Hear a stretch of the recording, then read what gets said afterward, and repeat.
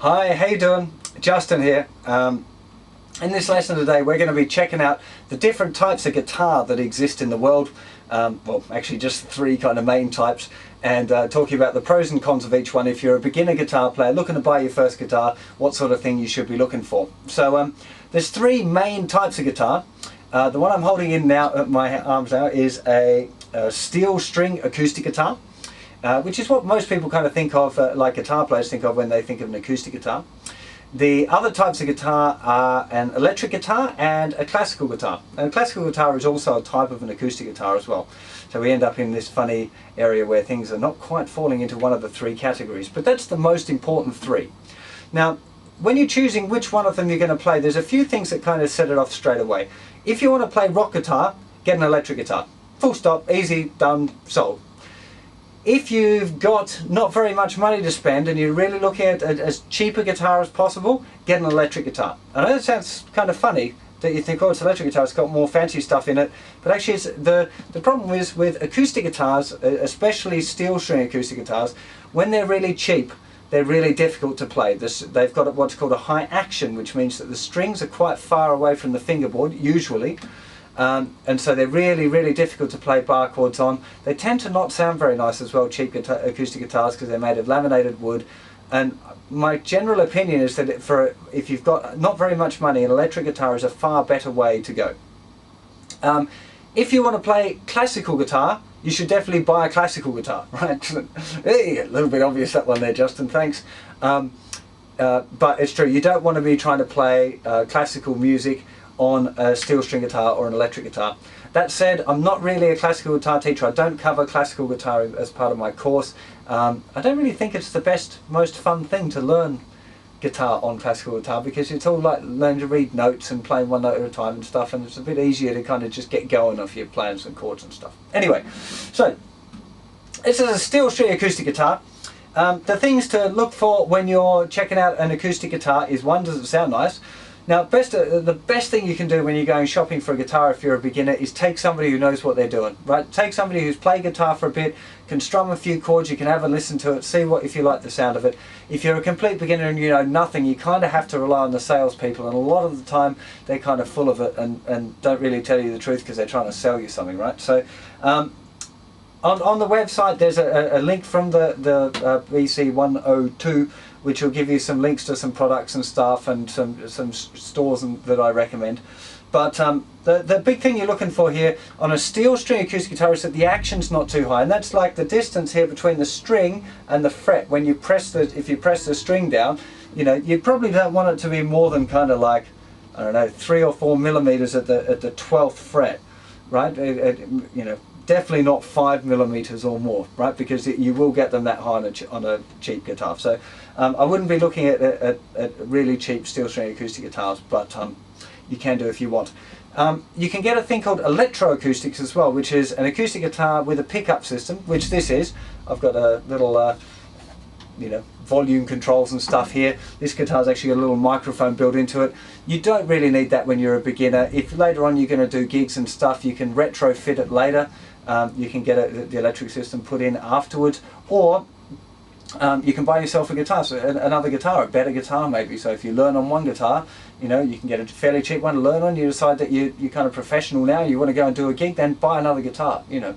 So I'd be more inclined to do that than spending a whole lot of money, especially on a budget guitar. You don't want to waste money on an electric system because it's a budget guitar. The electric system's not going to be very good either, and it's going to take more money away from just having a nice guitar in the first place. So that's a steel string guitar. Okay, this is a classical guitar, and these are quite easy to play. I learned on a classical guitar, also called a nylon string acoustic, because the strings aren't metal anymore. We're talking about nylon. Used to be made of catgut, believe it or not.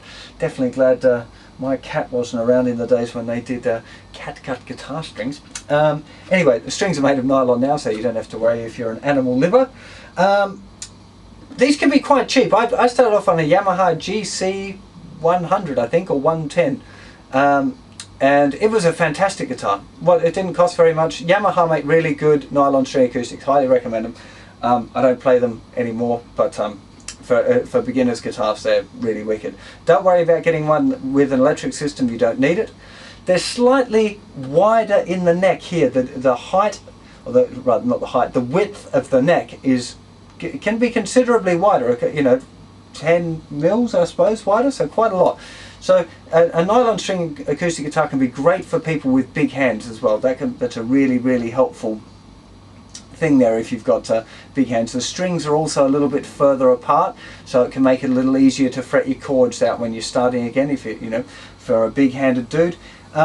You have a lot of trouble getting further up the fingerboard here because you don't have any access to the higher frets, which could cause you problems, but probably not. A lot of children learn on these because of the nylon strings, and they're a little bit softer on the fingers. Don't really recommend it. They're good for people. The one thing they're really good for is people with big hands, right? A classical guitar is great for that. Or really young children if they're worried about playing on the metal strings and the skin on their fingers is too soft. Generally nice. They don't kind of have the same sound. Classical guitars have a very different sound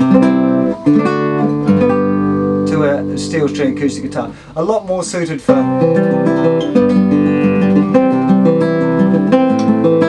that kind of thing, or you know, for doing that kind of guitar, more so than kind of strumming along. They don't tend to sound so good when they're strummed. So that's a classical guitar.